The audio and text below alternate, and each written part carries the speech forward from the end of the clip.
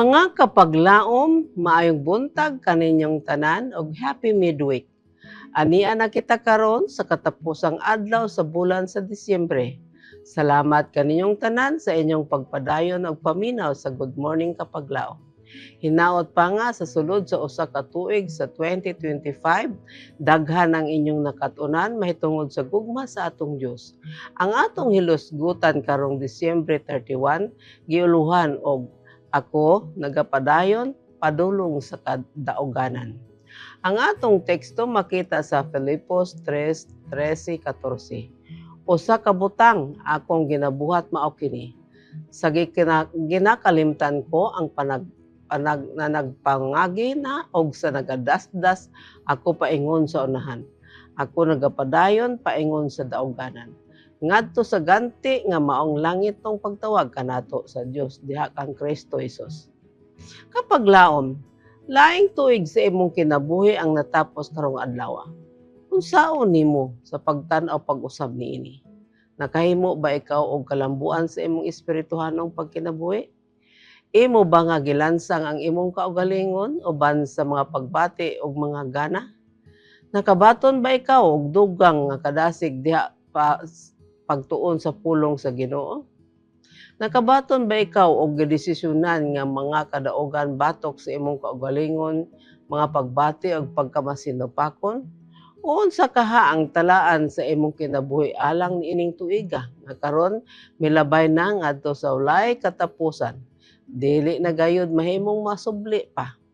Samtang ikaw magasugod sa bag-ong tuig, tuguti nga magauban kini sa usa ka kinakasing-kasing nga tumong nga ikaw magapadayon sa paglakaw sa unahan ug sa pagpanaw padulong sa ibabaw. Tuguti nga ang imong kinabuhi mas labing mapadasig ug mapaibabaw kaysa nahimutang ini karon. Himua nga tumong ang dili pagpangita sa imong kagalingon nga gusto ug kalipayan apan sa pagpalambo sa tumong sa imong manluluwas.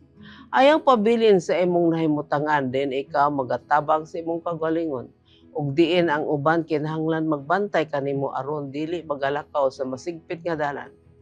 Mahimo ikaw nga lig-on aron maghatag og makapabalaan nga impluwensya ngadto sa uban.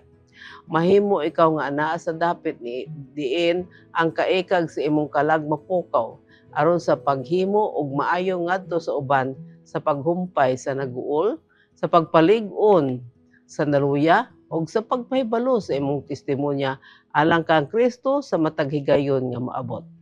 Himua nga tumong ang pagpasidungog sa Dios diha sa tanang butang sa kanunay ug bisan asa.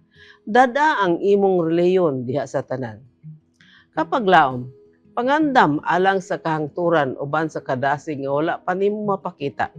Tudloy ang imong hunahuna sa paghigugma sa Biblia, sa paghigugma sa mga katiguman sa pag-ampo, sa paghigugma sa takna sa pagpamalandong, ug labaw sa tanan sa takna sa dihang ang kalag makigsulti uban sa Dios.